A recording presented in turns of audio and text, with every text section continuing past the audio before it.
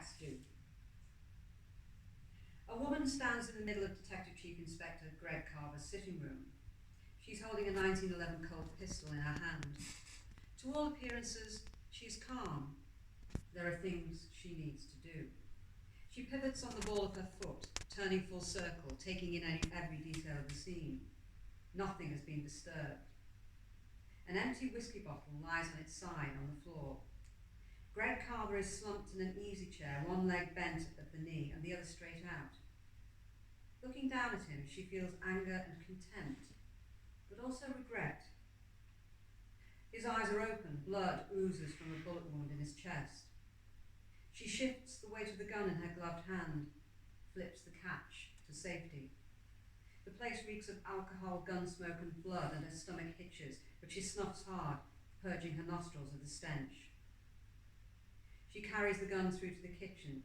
His laptop is propped open, his files spread out across the table. The floor, ankle-deep in balled-up paper, looks like the aftermath of a massive hailstorm. On a chair beside the table is a cardboard filing box. She drops two of the files into it, gingerly wraps the gun in clean paper, and carefully lowers it on top of them. Under the litter of papers on the kitchen table, she finds a framed photograph, laid face down. DCI Carver's wife, Emma, on their honeymoon, seated on a stony outcrop near a waterfall. The woman carries the picture through to Carver's sitting room, wipes it for prints, and places it on top of the cupboard, where it always sits. In the bedroom, A3 size wall charts blue tacked to the walls. On one, smiling photos of 5 female victims, alongside handwritten notes. She peels the charts away from the wall, folds them, carrying them back to the kitchen where she scoops up the rest of the papers and stuffs them inside the file box, jamming the lid closed. She wipes down the door handles, light switches, his chair, hefting the box. She makes her way out of the house, treading carefully on the fire escape steps at the rear of the building and down the driveway. It has recently been cleared of snow, but her shoe marks are visible in the fresh fall. It's very dark, and the curtains are drawn up and down the street. She doesn't think she's been seen. Minutes later, she returns ungloved, without the box, climbs the steps to the front of the house, wipes the bell push, then presses it. She doesn't wait, but takes a key fob from her back pocket and uses one of the 2 keys on it to open the front door. Inside Carver's flat, she retraces her steps, touching surfaces she's just wiped down.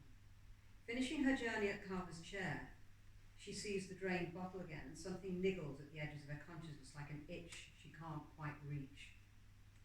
But she doesn't have time for this. What's done is done. She crouches in front of him, gripping the armrests and staring into his face. She gasps, springing to her feet, panting, her heart hammering. She watches him for a few seconds. You imagined it. She lowers herself, holding her breath, her eyes fixed on his. Greg Carver's eyes are light hazel, flecked with gold. Sometimes these gold flecks seem to shimmer, but not now. Now they're dull, dead. She leans in closer, watching, barely breathing, and sees again a flicker of movement in one eyelid. Her shoulders slump, and she swears softly. Now before I hand